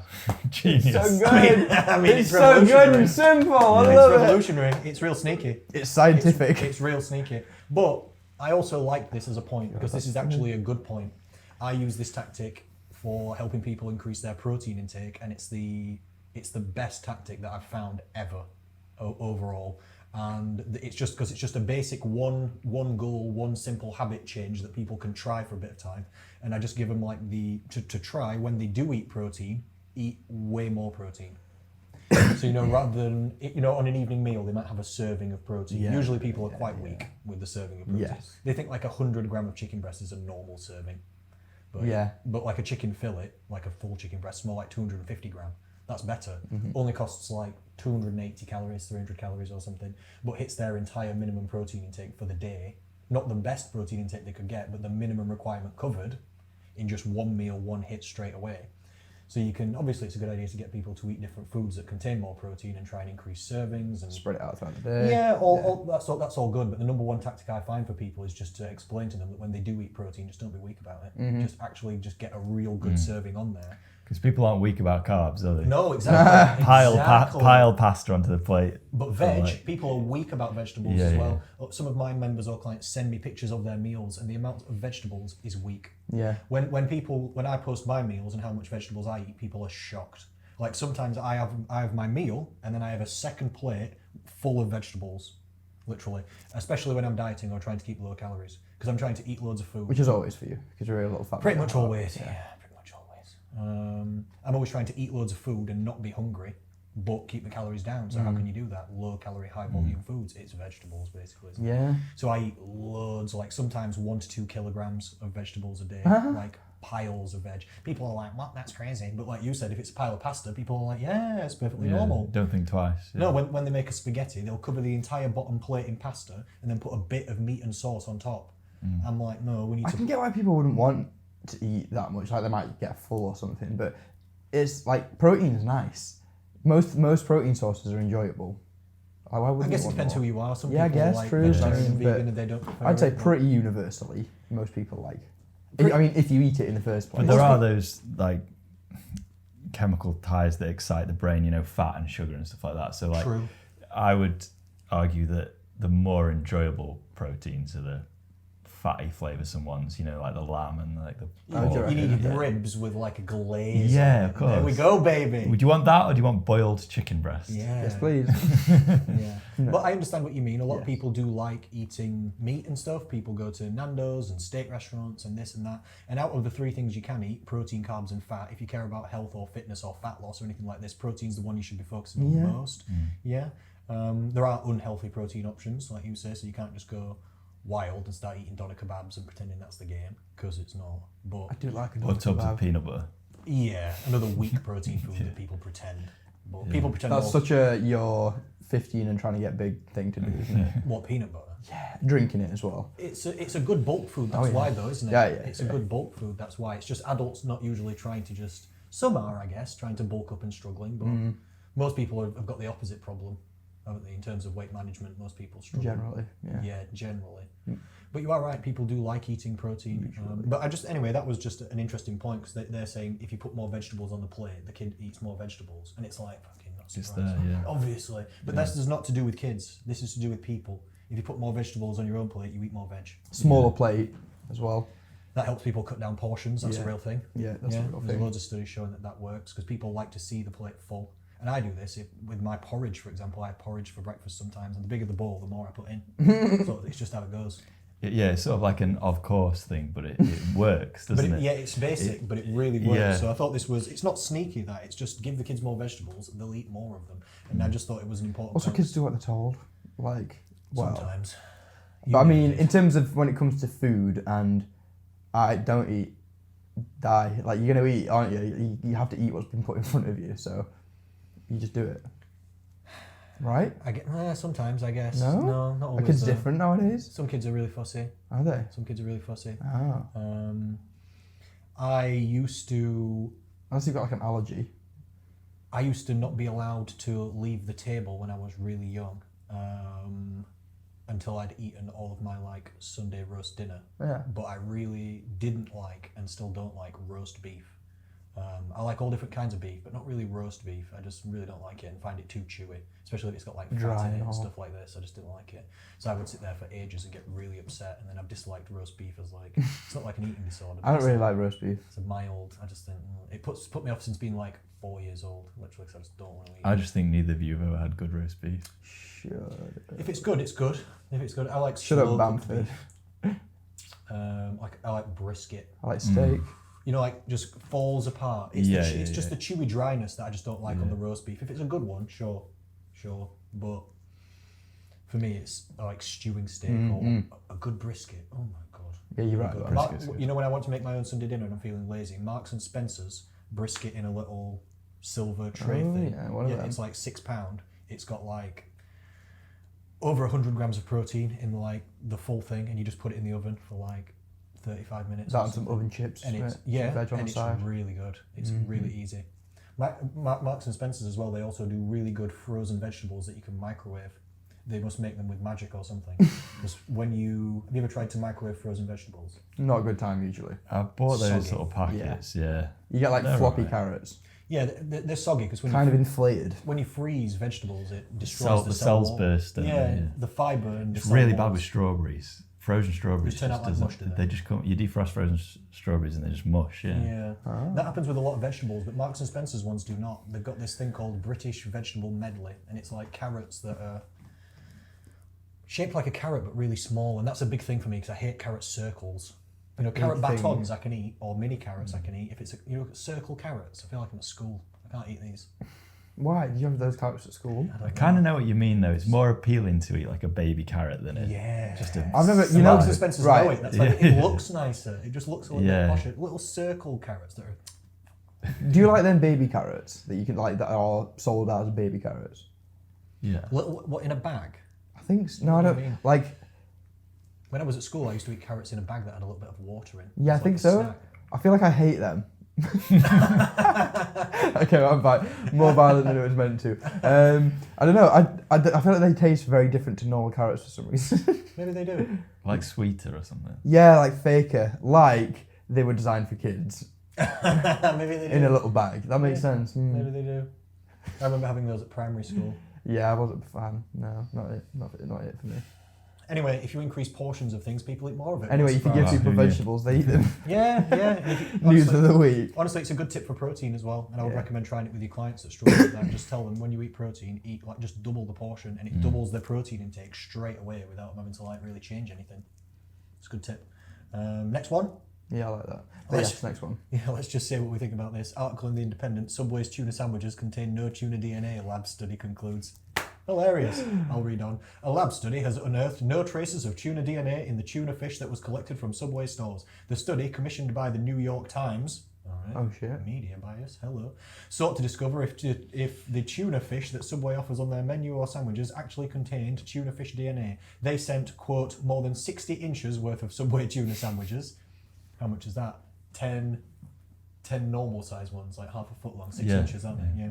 To a lab who wished to remain anonymous, okay, for testing. Documents from the study reads no amplifiable tuna DNA was present in the sample, and so we obtained no amplification products from the DNA, therefore, so we cannot identify the species. I have so many questions. But Yeah. none can be answered so apparently. many questions. What are your So questions? this is just Dave? it, the end of it. Right. So Yeah, that's just the end. That's the story. first one, what made them think to test it? Yeah. What made them think maybe this isn't Yeah. 100% tuna? Maybe this is seahorse. I did hear that other labs have tested it before, and it did have tuna fish. Right. But now this just one said it's not. Okay. So we're doing that usual thing of just cherry picking a nice one little. My favourite. Did you hear the Subway expiration date flipping conspiracy at the minute as well? No. There's all the Subway conspiracies at the They're minute. getting thrown under the bus. Yeah, some person who used to work there has leaked some information that he either did or was told to change the expiration dates on boxes of food and stuff that they Oh, were supposed shit. to be using. It's like another video that I saw on the internet. It's not looking good for Subway, is it? At the moment. No, but I like a Subway. What do you think? I had one the other day and You I did enjoy it? enjoy it. Well, I mean, I don't get the hype behind it. I wouldn't typically choose to go and get a Subway, but I know another Subway. you've got to think the veg is veg, right? Please. Well, we thought just tuna go- was tuna, but now Yeah. we're just not sure. Seemed like veg. Seemed like tuna. It's all cloudy with a chance of meatballs in there. Then whatever they want. Have you tried their vegan meatballs? I have They're not. actually nice. Okay. They taste the same as the normal ones. Everything's cold though is the only problem. No, you can get Some it just come toasted and cold. warmed up. No, but as in they always come cold. Like, or at least 2 minutes into eating it, they're cold. Yeah. It's like a Subway thing. Yeah. Mm. Yeah, the salads are nice. If it is real salad, let's just assume that it is. You can get really nice salad. You can get double chicken, put that in it, get some like chicken tikka or something. Surely, like the effort to create a fake iceberg lettuce leaf is far greater than the money that it would cost to just buy an iceberg What lettuce. can only hope. What about tuna? It's like 60p for a massive iceberg lettuce. Maybe it is cheaper to recreate tuna than get it. Yeah, Is so that's that going to be could be another. That was going to be another question. So tuna tin, at least like tin tuna is pretty cheap. So Yeah. why are you making an Yeah. why are you making an imitation version? Because Like 95. if you're buying tin tuna in bulk, that's cheap. And then the last question would be, what the hell is it? Because it's pretty convincingly tuna. Yeah, I would have said so as well. Even when it is tuna, or if you think it's tuna, it's at least 75% mayo. Yeah, the base that they sweet put corn on. and then a bit of Yeah. cheese. It's got so much mayonnaise in it, it's insane. Oh, I used to eat it when I was a kid. The tuna from Subway, but not for a long time now. Yeah, I don't know that I'd get fish from many places like that, many sandwichy or fast foody type places. I'll say my favourite Subway sandwich is if you get chicken tikka and steak on the same sandwich and put that in. Chicken tikka? Yeah, and steak. Sandwich? Yeah. Nice. I think it's really nice. I don't know if they did steak. Do you think the steak is steak? No, it's unlikely. It's unlikely at this point. Probably like horse But steak. yeah, I was going to say it's kind of like when there was horse meat in burgers. I'm like, Yeah. it's lean meat. It's lean meat. Yeah, But I'm it's not- some kind of something. I'm not too fussed about that, to be honest. That bad. Oh, hopefully no vegans listen to this. I bet there are, aren't there? Yeah, there definitely will be. Yeah, there definitely will be. I mean, I don't want to eat horse meat. Just put it out there. He's a guest though, you stuck with us too. Yeah, so what? Any more comments, or that's Not just for me. I don't know. Tuna and Subway, we're not sure. All right then. Men's Health article: what every guy should know about pre-workout supplements. I turn it to you guys. I don't really care what Men's Health have got to say about it. To be honest. Okay. No. What? No. What But should- what do you guys think? They should. I'm going to tell you after what they think. Right, okay. What do you think? You guys think about pre-workouts? What's the game? Don't waste your money. You don't like it? Cool. I just think, I mean, they're expensive, aren't they? Some of them are insanely expensive, Yeah, 35 It's to like- 50 quid. really pricey. Yeah. And as far as I understand it, the main active ingredient in all of them is just caffeine. That's the one, sir. And you can buy it. I mean, obviously, you got tea, coffee, that works. Can't you buy like a bag of caffeine powder for next to nothing? Myprotein.com. Yeah. Yeah. And there's enough in there to kill yourself with. Like, Nearly someone ends up hospitalised nearly Yeah. every year from that. just do that But instead. you have to be really careful because children get into it as well, and then they fucking stick their fingers into it and get sugar or something, and they start eating it. And then... But yeah, they're all sort of dressed up and very, very, very well marketed in these and they have these crazy names. Like, I love the names. Yeah, they're I brilliant. appreciate the names. You know, The like colours. Annihilation Yeah. 666 or something. I'm like, Pump if power, that all isn't this kind of if stuff. that isn't a Zombie, pre-workout, it is now. Yeah. Like, Yeah, someone's heard that and just Someone's got it. Someone's made it. insanity and all Raw this. power, Yeah. extreme fuel. They're all Yeah. like this, aren't they? They've all got like flames and Yeah, like the balls marketing's on them. hilarious, and they're always like a bright, a luminous green color when you stir it into water. yeah, I've mystery tried. gym liquids. I've tried them a couple of times before. I think they make you overly stimulated.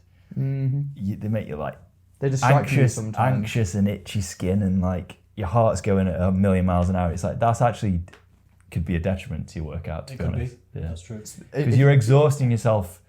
What you should be doing in between your sets is kind of resting and Meditating on what you need to do. yeah, in the yeah, next yeah, set, yeah. You should actually let your kind of nervous system sort of settle, and you don't want to be burning yourself out in between your sets. I think it suits its market with the kind of its Yeah, audience. yeah. 666. Yeah, It does suit its market with its kind of audience because it is more of the hypertrophy range type people that tend to take it, and they do have more of a grip it and rip it, bash out 20, stay on the high vibes for a minute of rest and go again type thing. Yeah. As opposed to like if I could not take pre-workout and then try and squat and walk out some like if I have done that before, and walking out a squat after pre-workout and you're like yeah. Shit. like it's not handy. You need to be able to concentrate and keep yourself humble. Yeah. I mean, if you've got to go on, you've got to do a long drive, like a 5-hour drive, and it's late, and you don't want to fall asleep at the wheel, by all means. But yeah, you're right. Sleep well, drink enough water, get good nutrition, and then if you need some pre-workout, whatever. Yeah. I was in university and I took one called Hemo Rage. Hemo Rage was a real thing. And I got severe stomach problems for like 3 days. Nice. Wow. Way too much caffeine and just like powder. Yeah. It's like drugs but mild. And aren't some of the ingredients just they're there to make you feel like something's happening, but Yeah, Yes. nothing. like beta-alanine. Yeah, it gives you the tingly feeling, but Yeah. it's doing nothing. Beta-alanine is technically the weakest stimulant. It's like a weaker version of caffeine. Right. So it doesn't really do anything, but yeah, it gives you like a tingly feeling. And it's because, like you said, it's 40 quid for the tub. And some kids are expecting some magical power. You can feel magical powers, Dave. So Oh, the amount of people are as I understand it, caffeine can increase performance, especially in definitely true. endurance sports, particularly like and strength sports, everything. I know there's a legal limit in cycling Yeah. where they get tested for it. They can't take over a certain amount because it's a performance enhancer. Yeah, true. But- Yeah. Yep, time to fatigue goes down. You increase Focus. yeah, and reaction time and muscle glycogen stores increase in the presence of caffeine. You can absorb more carbs into your muscles. Yeah. All kinds of stuff. But there's that whole issue that you can become desensitized to it, so you have to keep taking more and more and more and more and more. Yeah, it's also true.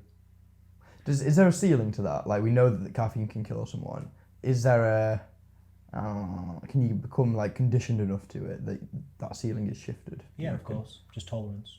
And then more and more and more so. Yeah, just like drugs, isn't it? Just like any other stimulant drug. It is a drug, yeah. Yeah, some people can... Your favourite. Every morning from the It mountains. is my favourite. I will, put my hand up and say it's my favourite drug Good old bit of caffeine. out of the A one tea that bag. I've tried. Between that and teas. Yeah. Nice. You're exactly right though, Dave. There's basically nothing in pre-workouts that's any good except caffeine. It's basically the other ingredients do a little bit of something, but mostly nothing most of the time. They just write them on the back, and they always have exotic sounding crazy names that are hard to pronounce, or like they have extract written next to them and stuff. Because kids, when they turn it over, if it just said caffeine, they'll think, well, I'll just buy a Monster, and they're exactly right. You could just buy a Monster. So to get people to buy it, they've got to put loads of ingredients in it that just don't do anything. Nice. Don't they? Any other points to add on that? Pre-workouts? I don't ever take pre-workout. I don't ever recommend any of my clients take pre-workout. I think if you need enough caffeine from a pre-workout to do your workout, you should probably rest that day and go to sleep. That's what I'm saying. Sleep better, eat. There's something wrong with your recovery. Yeah. If you need 500 milligrams of caffeine to do something, there's something wrong with your recovery.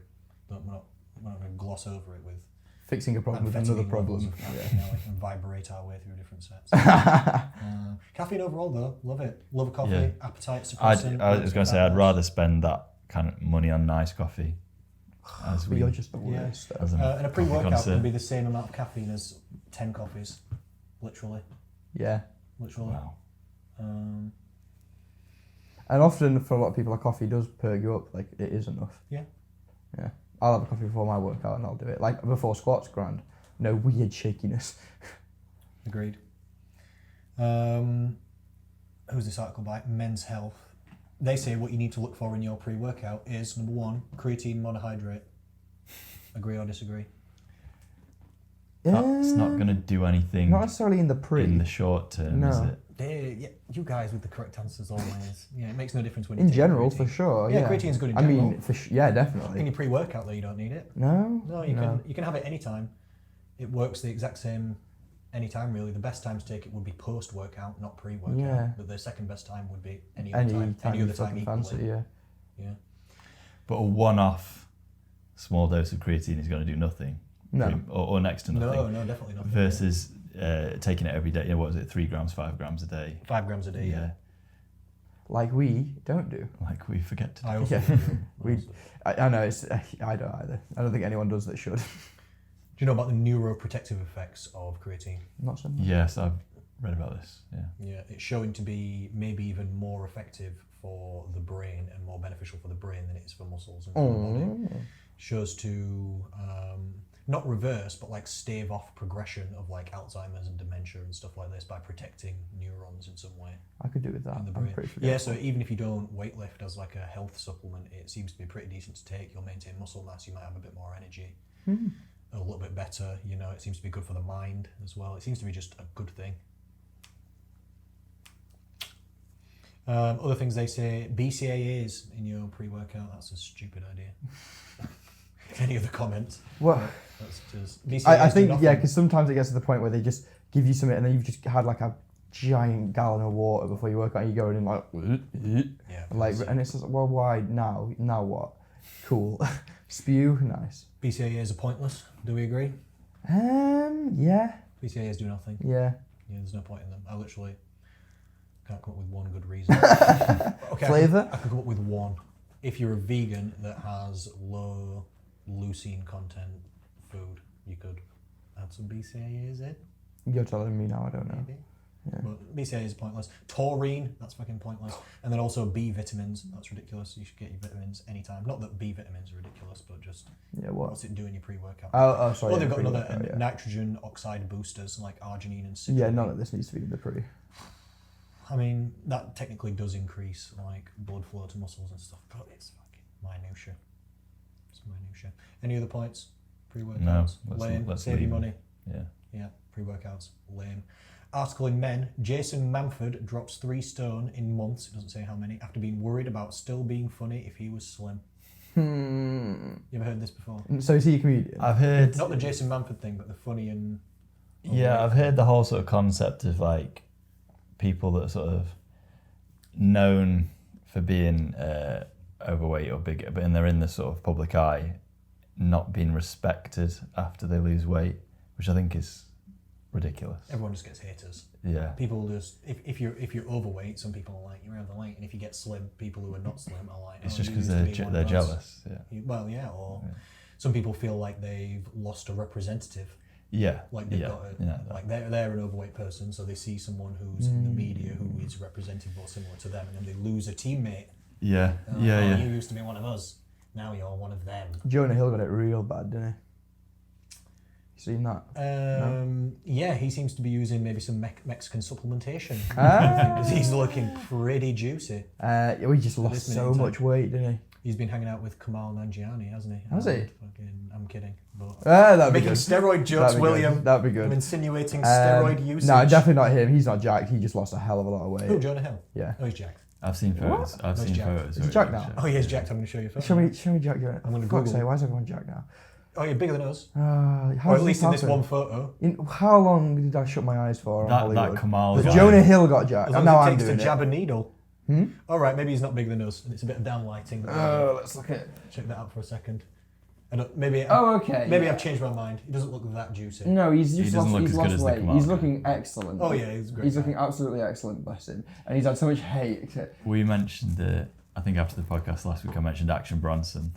Oh yeah. Like every new picture I see him post, he's just smaller and smaller and smaller and smaller and smaller. He's just going and going and going. He must have lost so much. Was he like 300 pounds at the He's a start? big lad. Absolutely huge, and he's just got the bug. Like he's just obsessed with like.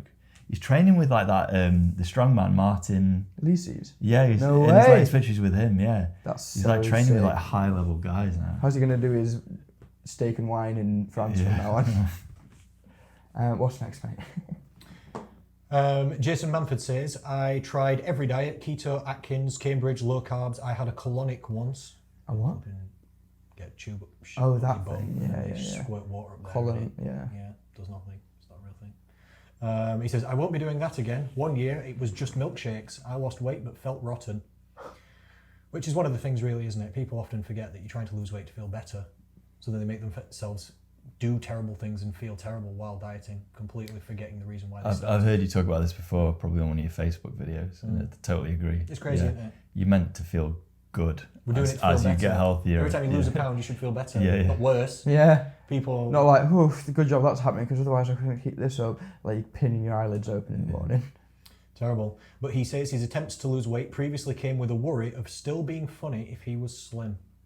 People have said this to me literally, but it's not a real fear, is it? Why would he be less funny if he felt better and had better energy levels? Yeah. And, you know, he says in this article that he's been worried and unhappy with his weight all his life. So if he's got less worries in his life, why would he be less funny? He might Yeah, be more and funny. it probably closes Yeah, up got more space I to would be think that. happier. Yeah, You, if you're healthier, you might be sleeping better. You might be more sort of on it, Yeah. cognitively, like better at He coming up says he with feels jokes. better about himself as well. Yeah. He says he feels better about himself. It would only remove like one avenue of joking, which would be like self-deprecating specifically about weight and health. weight and Yeah. health. That or is something. literally that would what he literally be says it. in the So, yeah, so you're right. Some It comedians, closes that. some comedians are very good at that, like Yeah. Louis C.K. and people like that. They're brilliant at sort of mocking how Unathletic they are. they like to put across this like pathetic image of like how they've got such a terrible diet and Yeah, he says if he lost weight, he's got some jokes about being overweight and stuff like that, and he'd have to get rid of them. Oh no, there's 3 jokes. If it's your job, you'll just make new jokes. I think to Jason Manford, because we know he is listening to the number one health and Obviously. fitness podcast in the world. Well, And 150. my advice to him is comedians are always supposed to come up with new jokes. You're Yeah. supposed to keep your old jokes, Jason. He flipping knows this. And if he's got overweight jokes, get some fitness jokes. Yeah. You'll I was just get gonna say jokes that, about yeah. trying to be healthier. He's just got new content now. He's just got the whole new process. experience in life, Yeah, new yeah. content. Yeah. Yeah. It's just don't stick with your old jokes. Come on. Let's go. He said someone called him the Fat Michael Owen. I think that made me chuckle. Do you know Michael Owen, the footballer? No, He does look a sports. bit like that. Sports. He does look a little bit like that, doesn't he? Yeah. I just thought that was funny. Following his shock on the scales on January the 1st, Jason began recording his weight every day and counting calories. Not bad moves. Aiming for 1,500 to 2,000 a day. Too low, but okay. And keeping in a deficit, walking more and going to the gym maybe twice a week, but didn't ban any foods. His weight loss has helped his outlook, and Jason still has treats and the odd pudding and kebab. He just keeps an eye on the calories. Oh, that's Nice. That's What a cute little summary to an cute, excellent isn't it? Well story. done to Jason. Yes. Really, really good. From August, he will start a 180-date tour called Like Me. So clearly he still thinks he is funny, despite his weight. He's on another tour, Yeah. isn't he? So there's your evidence. Well, that's his joke. There we go. Women's health article. This one was from you, Will.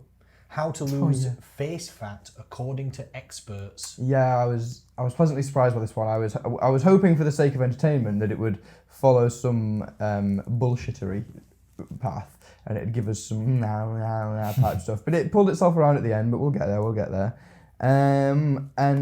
Where is this? Let me find my little article here. Yeah, and so this is in Women's Health, and this is how to lose face fat safely according to the experts. And it's one of those little clickbaity, grabby type ones to really get you there. Thinking about how to lose fat on the face but not sure where to start? Fair enough. The web of fat loss advice on the internet is rife with misinformation. And with the dawn of social sharing platforms like TikTok and Instagram, just the worst, the proliferation of suspect weight loss advice is higher than ever. What you actually need is a legitimate expertise, and at this point is when I was really hoping it would go downhill, but oh well. You know, They're here listening to us for legitimate expertise. yeah. That's why we're here, people. Especially if trying to lose weight in your face is a serious concern of yours. See, they don't really circle back to that all that well. One thing to note, facial fat is never, oh yeah, I forgot about this, is never ever a marker of worth. I mean, it's true. In fact, it's natural and necessary for humans to hold a certain amount of body fat. Without enough of it, your hormones and overall health can take a serious dip. That's also true. Well said. If you're searching for how to lose face fat because you're concerned about holding on to excess bodily fat, that's one thing. If you're looking for information to change the natural shape of your face or to push your body past what it naturally wants to be, that's not so good.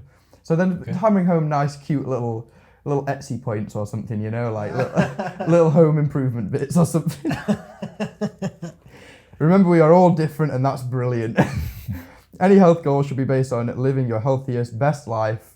It's definitely written by the Instagrammers and TikTokers. Not about punishing or pushing yourselves to any extremes. Now, can you lose fat from just your face? Let's get this straight from the jump. It is not possible to spot reduce fat from any one part on your body. Clap, nice, that's well said. It's true, we agree. That's the sentence that we look for in these kind of articles, I think. Instead, working to lose body fat will result in overall fat loss, including your face. However, it's good to remember that the rate of fat loss from each area will vary due to genetics and where your body naturally likes to hold on to your fat. What are the causes of face fat? Genetics, lifestyle, like stress or poor nutrition, meditation, underlying health conditions, hormones, menstrual cycle, and hormonal changes. I would say the biggest one there that isn't there would be whether you're fat or not. Too many calories. Too many calories, yeah. So it never quite really comes back around and addresses any amount. No, it just keeps going on and like doesn't come back to any kind of actual answer. Just is like calories, eat less, which is obviously nice, but it never comes back to its little thing. So it's just grabby. So yeah, it's like clickbait, but kind of gives you the real answer. Yeah. Starts well, but trails off towards the end. Yeah, and I scrolled down it, and then it's got can face fat be dangerous? Hard to tell the difference between fat and bloating, and just never circles back around to how to do anything about specific fat on your face ever. So, is that good or bad? Do we think that they've lied about one thing there, but I don't know if it's a good thing or the bad thing. What have they lied about? They've lied in the clickbaity title, but because they've given us the title, unsellable the title answer. alludes to the fact that they're going to tell you how to do it. it's like, because isn't the title how to lose weight? Yeah. It was like specific things you can do for face fat. This is how to lose face fat safely, according to the experts. So that misleads you that there's a way that you can specifically get rid of face fat. Yeah. And then it goes on to say there isn't. But like you said, they also are kind of getting the right answer, because if it only says eat less calories, that kind of is the only way to lose the face fat. So if we've only got 1 point, that kind so we of know is the this, point. so that's nice. It came back around to the right answer in the end. Yeah, I would say in general that when people lose weight, if it's a female, this is I'm vastly stereotyping. I see that in general females lose fat from the top down. So the first place they'll lose weight is the face. The second place is like the chest area, and then the third place is the stomach, and then the last is the legs. Whereas I see men seem to do fat loss from the top and bottom inwards, and then get lean arms and legs pretty fast, or maybe don't have much fat on the arms, legs, or face in general, and then just like lean into the middle, with the last place being the stomach. Yeah, definitely works that way around. It's due to and it's just hormones. the way it works, isn't it? Yeah, it's just different genetics and different hormones. Yeah, but different body fat distribution is normal, isn't it? And you can't lose weight from just one place on purpose. So you've just got to, like somebody said, it's like trying to take water out of the corner of the bath or something like that. That's nice. Kind of funny. With scissors. Yeah. Can I ask you a question, Connor? Is the beer belly phenomenon, is that a hormonal thing, or is it to do with the yeast in the beer, or is it a combination of both things? It's definitely not the yeast. It's definitely a hormonal thing, but it's also definitely a genetic thing as well. Couldn't it at least cause some kind of temporary bloating though? If you yes, okay, yeah, from the inside, you could be bloated. Yeah. Definitely, that's definitely a real thing. So you could have a distended stomach, but that wouldn't do anything to the body fat. Yeah, sure. But it's correlated with insulin resistance, basically like abdominal obesity. Like it's correlated with diabetes and pre-diabetes and stuff like this. Yeah. It seems like the worse insulin resistance or insulin resistant situation people get in, the more body fat they'll proportionally deposit onto the stomach area. It happens to women post-menopause as well, women after menopause. So this is why it seems to be a hormonal thing, because insulin's a hormone and insulin levels are correlated with it. And also when menopause hormones change, like estrogen and progesterone and stuff like that in ladies, after menopause they seem to have more abdominal obesity, like deposition. Right, okay. And men get more abdominal obesity than women in general. Women in general deposit more fat more evenly across the body, and men generally just skinny legs and sometimes skinny legs and skinny arms, and just more and more and more and more on the stomach. Some body fat other places, but more proportionally in the middle. Yeah. Sure. So it's going to be a genetic thing. It seems to be a gender thing, but the part of it that's the gender thing is probably the hormone different thing. So it's to do with insulin. It seems to have some relationship to testosterone and stuff like that. Like changing. Yeah, I was going to say testosterone. Because if you drink a lot of alcohol, that can bring your testosterone down, can't you? Yeah, it can put your and then your estrogen estrogen level would go up. Yeah, that could be a thing. That could be a thing. And you've also got the insulin resistant problem coming from that as well. So yeah, and that type of body fat's correlated with more health problems than overall obesity. Yeah, that sort of it's the visceral storing fat, the visceral fat, yeah, around your organs. Just where you want it. Health and wealth.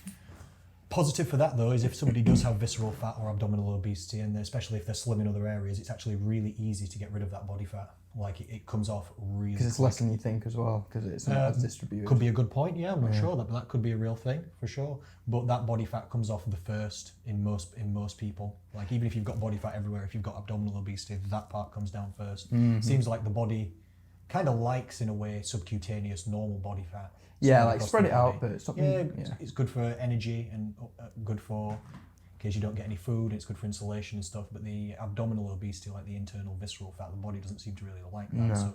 And it's correlated with poor health. So when calorie deficits are created, that weight just usually comes off first, and then it's about slimming the rest of it down.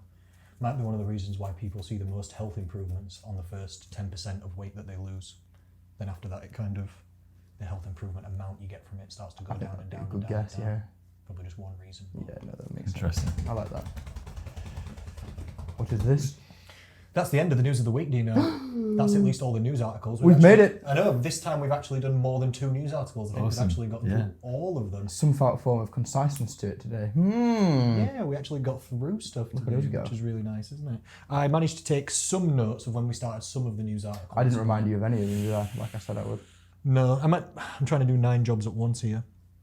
And I did also have a pre-prepared what's better, Oh, if you want one more just to finish. please. Let's do it. And this is a real one as well, and I wanted your actual opinions, because I know what's right. But Oh, I just wanted well, to see if you well. guys knew what was right. So it's what's better between the vegan diet and the carnivore diet. Vegan diet is plants only, carnivore diet's meat only. Why are you doing this? The vegan diet. You're going for vegan diet? Is there any caveats to this? Is this for health, or is this to use as a diet, a weight loss diet? Or... That's a good question. I don't know. Quizmaster It's what's does- better is the question. It's All what's right, better. I'm Yeah, gonna You that's know it. this, it's what's better. That's the end. End we of don't know. question. Unsure. Anything else can be open to interpretation. My instinct is vegan. If it's Vegan's the correct answer. Yeah. Way! Stop backing me to a corner with your what's better. I just wanted to hear Will say that veganism's better. I know I just you wanted do. him to say vegans are great. You little bastard. Yeah, no, it's true. It's true, yeah. Carnivore diet's a shit diet. It's a stupid diet. I mean, to push to those extremes, yeah, I'm not doing a no carnivore diet. Hell no. With veganism, you can get all your nutrition requirements from plants only. With meat, you can't. No. And that's just the end of the story, The really. facts. Do some people do well on carnivore diet? Definitely. Some people's bodies seem to like it. There's a lot of individual variance with people. Some people see like reduction in autoimmune issues, even though that's not to do with the meat. It's to do with removal of inflammatory issues. Oh, okay. But that's a story for another day. That's something for you to get pissed off about another day, by the sounds of it. But you can get all your nutrition from veganism and you can't from carnivore diets. That's the end of the story, really. Yeah. So that's better, Yeah, veganism's better. definitively. Yeah. That's a shame. we've just sold veganism to everybody, and we're all hypocrites because none of us vegan. Yeah. No, but I'm not against veganism, and I do coach vegans. I have Yeah, vegan no, you clients. don't. I have a vegan cookbook. Do you know there's a 6 Steps to Slung vegan cookbook? Actually, it's a vegetarian and vegan cookbook. That you've put out. I own it, yes, and put it out, yes, but I didn't create the recipes. I bought the recipes from a chef. Oh, that's cool. Yeah, we've got a high protein recipe book and That's a really vegan cool. vegetarian I recipe didn't know book. that. That's very cool. Yeah, no one cares. I put in loads of effort into it, and nobody cares so much you can't even believe. There's so Really? there's so little care. Even I'm going to call him out, Dr. Amin Godazi, No. that fucker. Oh! I've had him this morning, you know. Have you? Ah, He's one of my brilliant. favourite people. Yeah, he's I'm brilliant. fully only kidding. But he also convinced me to make cookbooks. He was one of And the didn't buy one. No, he didn't buy one. They're not even for sale. They're not even for sale. It's just that literally people would come to see me in consultations and they would be like, oh yeah, fat loss program, oh yeah, weight management, we're talking about it. Do this, do that. They would say, do you have recipes? And I would say, no, we don't have recipes, but I can recommend recipe books. And they'd always have this disappointed look on their face, like, oh. And I just got really tired of people asking me, do you have recipes? And me going, no. I just thought, fine, I'll just get recipes. No, I know of 1 or 2 members that have ever cooked a recipe from the books. That's miserable. They were all excited when I posted about it. I was like, look at these recipe books. These are all brand new recipes. They're all calorie counted. They've got all the barcodes on them so you can scan it and it auto MyFitnessPal enters so it. good. It took me ages to brand it up and put all the colours on, and because the chef didn't do that, and arrange it all and stuff. I'll show you. It's actually pretty good. You'll be surprised. Yeah, it sounds good. But no one cares. Literally none of my clients care at all. Is this an extra paid thing, or is this part of like you can? No, people just get it free. You can And just, no one cares. no one cares. No one gives a shit. That's Like, fucking weird, bro. literally, I know of 2 clients ever, I think, that have messaged me saying, oh my God, the recipes are good. I'm like, thank you. I know Because I they paid are. money and put work into that. Because people kept asking me, oh, do you have recipes? Cookbooks don't work for people. Don't they? How many I've people got have some brilliant cookbooks? cookbooks and I don't use them. No one does. Everyone, go to your Elite kitchen. chefs use cookbooks. But I don't really know why, because like I've got this, is it called like Food Doctor or something like that? An Indian guy. It's a great looking book, like beautiful photographs, like beautiful pictures, loads of vegan recipes in there actually.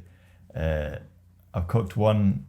I learned how to make one like breakfast dish from there, which has got like black beans in it and like tofu, and you can use scrambled. You can do eggs if you want and stuff. I think I sent you a picture of it once, and I make it all the time, and I love it, and it's incredibly nutritious. I mean, it's got like all the colours of the rainbow in there. It's got herbs in there. It's got red onion. It's got I do everything. remember this actually. I make it all the time, and I've never gone back to the book and learnt another recipe. I've used one recipe from that book. Yeah. I don't know why. I've done that with a couple of books as well, actually. You're dead right. You get your bread and butter and then you stick with it. Yeah, and you're like, you that, sort of that get is why stuck- I have you- this book. You kind of my get stuck recipe. in your ways a bit. My one thing from this We're book. not as adventurous as we like to think. No. No, we just... We're as British as we are, though, aren't we? Consistency. So that's the deal. That's the deal. News of the week. That's the deal. News of the week. Anything else from David Pearson, personal trainer from Kellam Island, Gym Group Sheffield? Not at this time. No Inspiring. concluding thoughts or feelings? All good? Actually, do you remember I messaged you about that Palmer calling idea? Yes. About whether you can actually get more reps if you go and put your hands under a cold tap. It's definitely not true. Your hands will be wet for a start. You'll be slipping everywhere. This is a So shit. I haven't tried it yet. You're trying to squeeze I'm gonna go and everything try out it. of it. You can't getting blood from a stone with gains. You're like, I'm gonna go and try it, and if I come back on the podcast, I'll report back. Please do. It's not gonna work. That's my prediction. This is like some more. It's like blood flow restriction, but even more extreme somehow. 'Cause blood flow restriction. Yeah. It just it's like such a pointless minutia thing for most situations. Now we're doing hands under the tap. Is this what we're doing? Yeah. I don't believe it. I believe it'd work if you were like a cyclist and you made the handles on the bar cold. So you dissipate heat from the coldest part of your body. So probably by holding cold handles, you'd get rid of core body temperature faster and stay cool. Yeah, to that might extent, work. there must be something behind it, because I know there is a cycle team working on the cooling handles. That'll be banned so fast. It'll be so cheating. Because then your body it regulates to be cooling down at the rate of your coldest. What were you saying? You just lose heat fastest from the coldest bit of your body, Right. basically. So if you've got like cold hands, like if you're holding onto a cold thing, your entire core body temperature would probably stay slightly lower. Because it's just escaping from your hands fast. Yeah, just because it's every time the blood goes past there, it just cools. I would it like to slightly. know the results of this experiment, Dave. I'll let you know. Thank you, sir. Done? Done. All right, gentlemen, thank you so much. Thank you for listening. Thank you, ladies and gentlemen. Thank you. Pip, pip. We'll speak to you and we'll see you again soon.